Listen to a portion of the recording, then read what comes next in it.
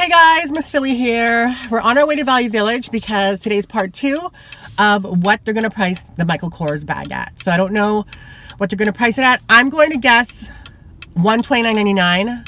Second guess would be $99.99. For $99.99, I will get it.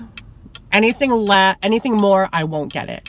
I think because they know it's me and it's Michael Kors, they're going to price it high because they know I resell. So that's kind of the unfortunate thing about this business, is that when you get a reputation, a slutty reputation,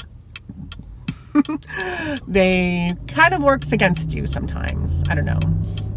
We'll see. But we're almost here. We're pulling up and I will update you. I'm going to get the Coach bag because I know that style is very popular amongst those old Asian ladies. They will pay a pretty penny for those types of Coach bags. So yeah, we'll update you in 1 second. Actually, it kind of works out dropping by here because we need to drop by here and see what the bag's priced at, and then I need to make a purse drop off because some lady bought 2 bags off me, 2 Danier leather bags that's been sitting around for a while. So yeah, we're gonna see what the bags are priced at.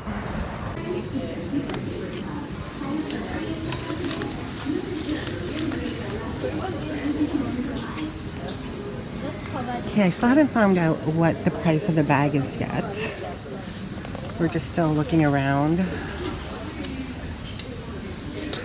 I did find this Danier leather bag. I mean, it's kind of pricey and I usually do not pay this much for Danier leather, but because of the style and the quality of it,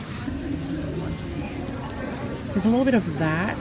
I wonder if I can fix that. Otherwise, it's a really cute style that is in kind of excellent condition. So I think we might get it. I'll end up paying like $35 for it, which is not actually that bad. And I really kind of like the detail of the quilting and the crop embossed. And the handles are pretty much excellent condition with like no wear whatsoever.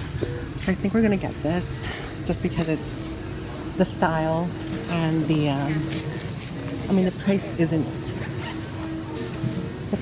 horrible, so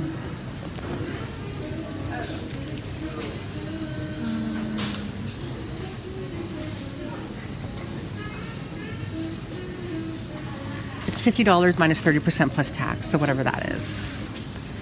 So with the taxes and the discount, it'll be $37. I think it's really, really cute. See? Like, it's a small bag, but it can actually like hold a fair amount. So see, like there's no wear on the corners at all. I mean, $37 is not a bad price for this. And a little bit of that, but that can be fixed with leather conditioning. So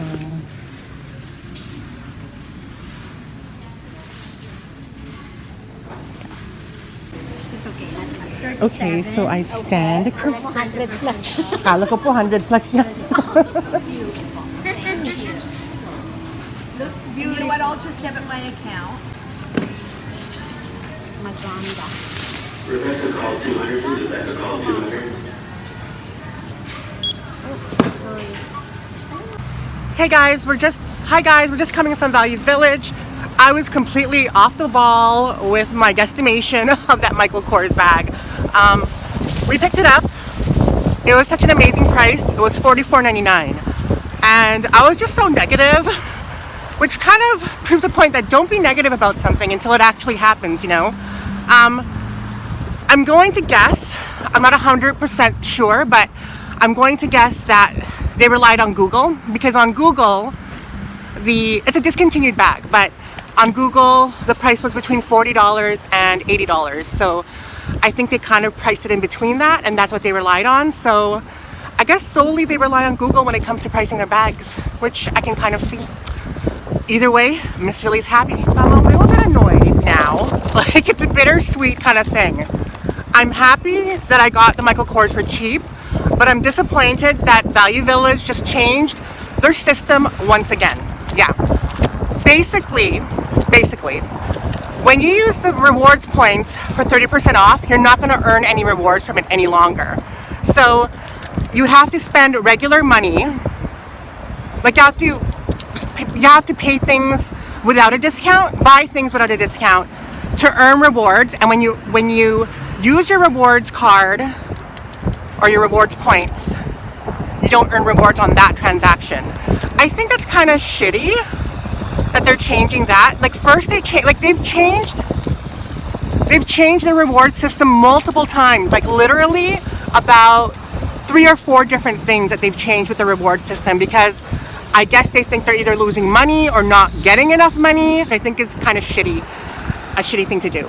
Like I'm going to be kind of neutral and say that I understand it from a business perspective, but like it's shitty. I guess I'm biased because I'm a reseller, but I just think that's kind of shitty. It really is. We need to talk. I am so disappointed with Value Village. I really am. And they're like my favorite. Like I love Value Village. They're my bread and butter, not only for reselling, but they're also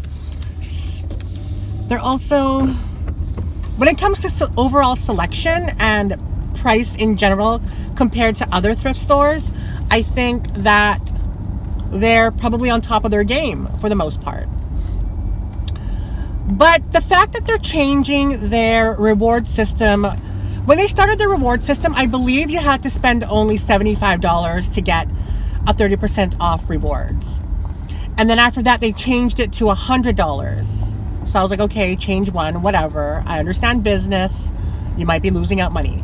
But then they changed it again to cap it off at $100. So you can only redeem your 30% off rewards card for up to a maximum of $100. You can't redeem it for past that.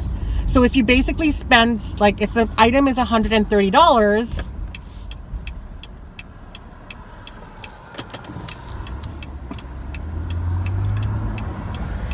and you want to use your rewards points, you'll get $30 off $100, and then you have to pay the other $30 on top of the $100. Do you get what I mean? So I was like, okay, whatever. It is what it is.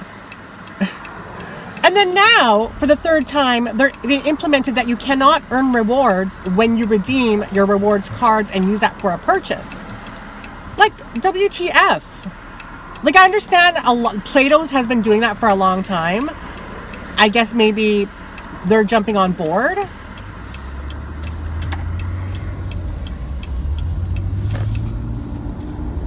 Like, to me, you're just not showing appreciation for customer loyalty, honestly, if that's what you're doing. I mean, you've changed your rewards point system at least 4 times if you include going from card to digital, or you know what I mean. From an actual physical card to going into your point system on your system. It's just frustrating when people do that. And I know it's not that big of a deal because it is, it is.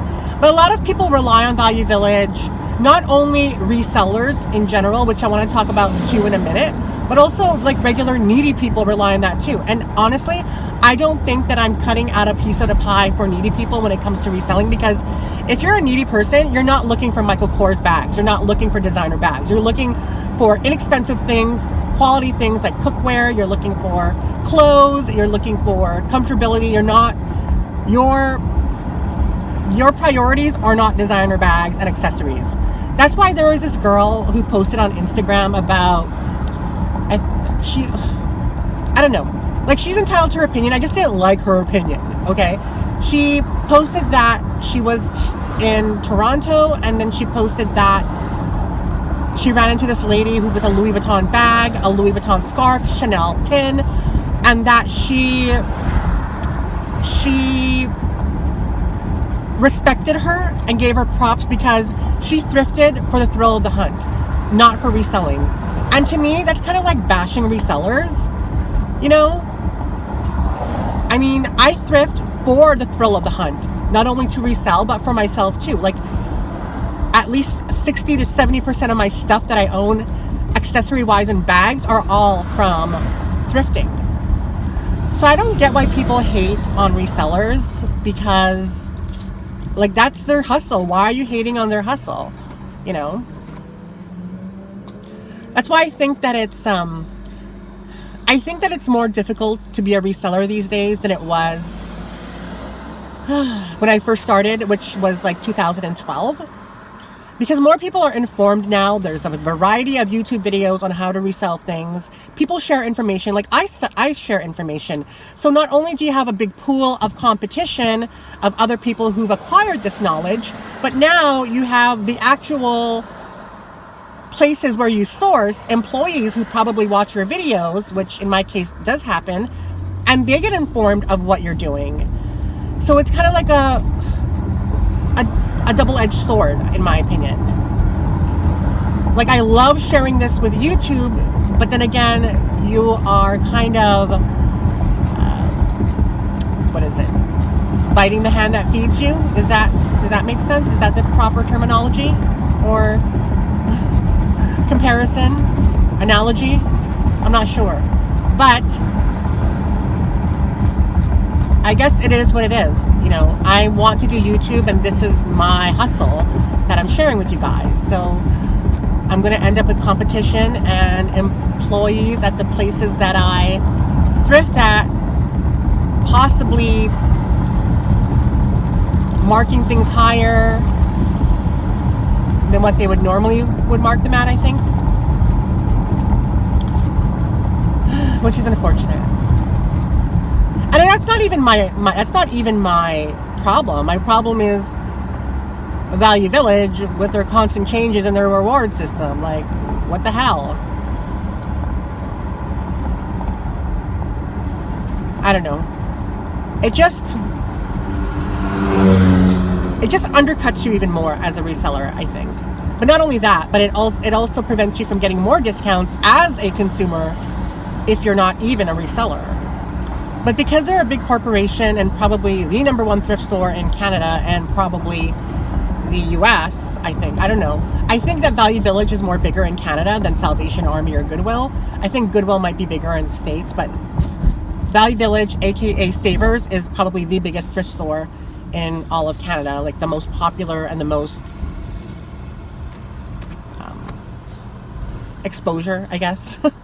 Like you constantly see commercials and you hear radio ads and stuff for them. So, like, I understand they're a business and they got to do what they got to do to make their maximum profits. But,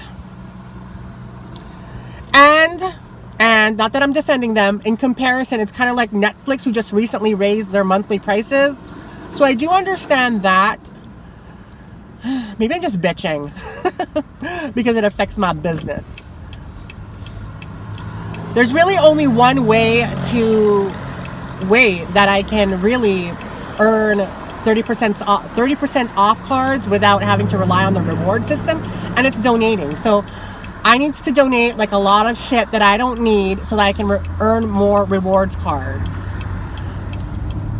And then be more picky. Because the thing is, I was using my rewards cards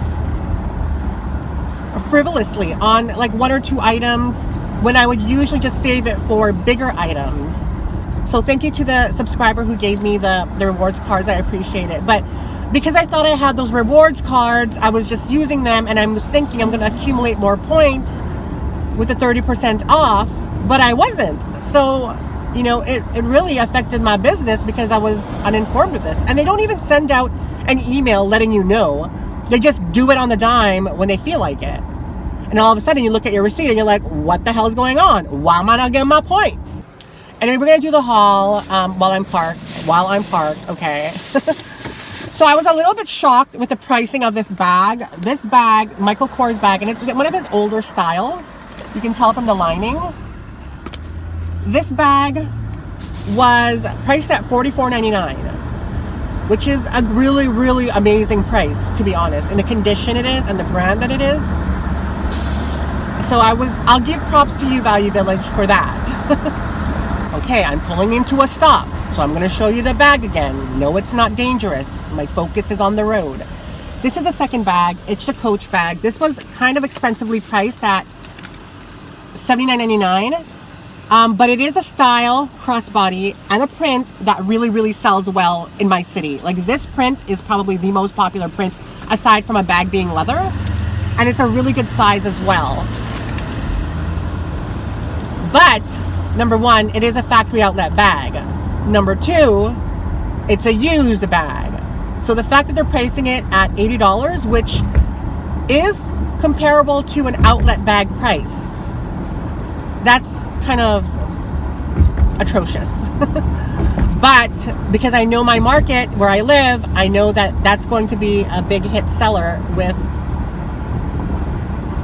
local people. Now the last bag, I'm not even gonna bother showing you because I'm keeping it for myself for now. It's a Danier leather bag that you saw in the vlog before this. It's a Danier leather bag that you saw in the vlog. I kind of want to keep that for myself. I had something similar that was a little bit bigger that I ended up selling and making a profit on. I don't know, I just sometimes embossed leather annoys me and I get sick of it quickly. So it has the quilting and the croc embossed together. I don't know how I feel about that. When I first saw it, I was like, oh, interesting. So the fact that it's top handle, dome satchel style, crossbody as well, excellent condition with just minor rubbing on the corners, I think that I'm going to like it. It's kind of like the size of Alma Mini, if there's an Alma Mini. I know there's an Alma BB, but I don't think it's the size of that. Actually, I'll just show you because we're coming to a stop anyway. So here's the bag. One side is croc embossed. The other side is croc embossed with the, I guess, horizontal, slightly vertical, tilted quilting. And it's just an amazing condition, you know. The only issue on the inside is a little bit of pilling right here, which I can probably remove that easily. But in essence, I ended up paying about $152 for all the bags. So in essence, I paid basically $50 and 80 cents, 70 cents, 75 cents. Basically $50 and some change per bag, which is not bad at all, except for the Danier leather. That's a little bit excessive for Danier leather. So what I'm going to do is I'm going to break it up to make me feel better about myself and my purchase. The Danier leather bag I paid $35 for, and then the Michael Kors and the Coach I paid $57.50, so like maybe about $58, and that equates to about $152. So the Coach and the Michael Kors we paid $57 and some change, and the Danier leather we paid $35, and that in my brain sounds way better. So my guesstimation for the reselling of these items would be the Michael Kors. I think I can get at least 80 to 100 because it's very big and it's patent leather and it's a discontinued style and it's older bags, which is of course of a higher quality. So I would say 80 to 100. Let's go with the low end, 80. So I'll make basically only like $22 on it, which is something, but I'm hoping I get 100. I think it's worth 100 for sure. And then the Coach bag, I'm definitely going to get 80 to 100, and I'm going to guess about 100 just because of the condition and the style and the pattern and the color. Because, I mean, I love thrifting, don't get me wrong, I will always thrift, but for now, I rely on thrifting to supplement my income. It's not like I'm some rich bitch who just thrifts for fun. I do for the most part, but I also supplement my income with thrifting. So, you know, I want to get to a point where I'm just thrifting for fun, and then YouTube just becomes my bread and butter, basically, you know. Because YouTube isn't what it used to be anymore. YouTube is a job, and I think more people are aware of that. Okay, this truck is giving me a headache. Like, F off. Okay, now it's blowing dust into my face. Okay, so as I was saying, I think YouTube has become more, I think people are more aware about what YouTube is, and that YouTube is a job for people, and that you earn money from it, you know. In my mind, it's like you're doing something you love, or that you like to do, but you're getting paid for it. And I don't know how people really feel about that. I'm fine with it. I mean, sometimes when I see videos that are constantly being promoted, like products, I get kind of like, whatever. But for the most part, I'm fine with it because I respect people's hustle. and I know that's their hustle, okay? And they worked hard to attain an audience, and they worked hard for someone to reach out to them and ask them to be sponsored or compensate them for reviewing a product or featuring a product. So I understand that aspect of it. Yeah, this bag is in excellent condition. This is gonna be a money maker. I'm telling you right now, money maker. You're gonna make me some money. To be honest, if I were to choose between YouTube and thrifting, I would honestly pick YouTube over thrifting. Like, even if I didn't do thrifting videos, I just love the platform of YouTube, you know?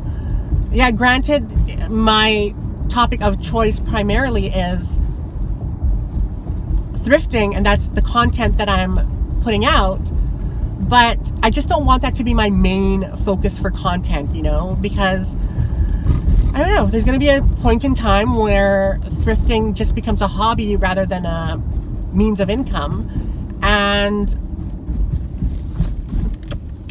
I don't want to just put out, well, I do want to put out, but I just don't want to put out one video a week. I want to put out several videos for you guys, because I get such an overwhelming response from you guys that you love the daily vlogs, basically, or the daily videos, and that means a lot to me. And I want you to know that I put in the time. Like, sometimes people will be messaging me on Snapchat at like 2 in the morning, 1 in the morning, and I'll tell them, you know, I'd love to chat, but I'm editing a video right now. I'm trying to put it out before midnight, or I'm trying to put it out for tomorrow. So don't think that I'm ignoring you guys or whatever. It's just I want to put out that video for you guys the next day, okay? And sometimes my Instagram is being wonky. Like, I'll open a message and then I can't read it. Like, I'll see the notification, but then when I open it, it's not in my message folder. So there's a few messages that I had a glimpse of and kind of lost. I don't know what's going on with that. So if I didn't respond to you, I apologize in advance. It's not that I'm ignoring you. It's just that happened. And Snapchat's even worse. You freaking open the message and then sometimes it'll disappear. Or you'll open it and then all of a sudden you'll have something to do and then it disappears and you're like, what the hell did they say? I don't even know. So, you know, just, I know I've had issues like that before where people thought I was ignoring them and then they deleted me, or they blocked me, or they unsubscribed or unfollowed. And don't jump to the conclusions yet, you know? I'm not a person that's easily annoyed, so and people message me a lot, I'm fine with that. Anyways, yeah, that's the day for today. I don't know what else to say. I'm awaiting a package so I can do an unboxing of my Louis Vuitton pre-loved items that I've purchased. You've seen one on Instagram, but I do want to do a video on it too. And then the other item that I ordered, which is going to be a surprise. Some of you guys know what it is, but for the majority, I kind of want to keep it a surprise. And I think I'm in love with it, but we'll see when it arrives. Hopefully it's in great condition, because I don't know what condition is going to be. Pre-loved can be kind of iffy sometimes, you know. Even though I am kind of a pre-loved person. I mean, I do thrift for handbags, so that's basically pre-loved, right? Anyways, yeah, that's it for the video today. I'm sorry if it was boring. I'm sorry that if it was too short. But one thing I can guarantee you, that it was informative and insightful. Anyway, guys, I'll see you in my next video, probably tomorrow. Have a great day, have a great night, have a great afternoon whenever you're watching this. And until then, bye, hoe bags!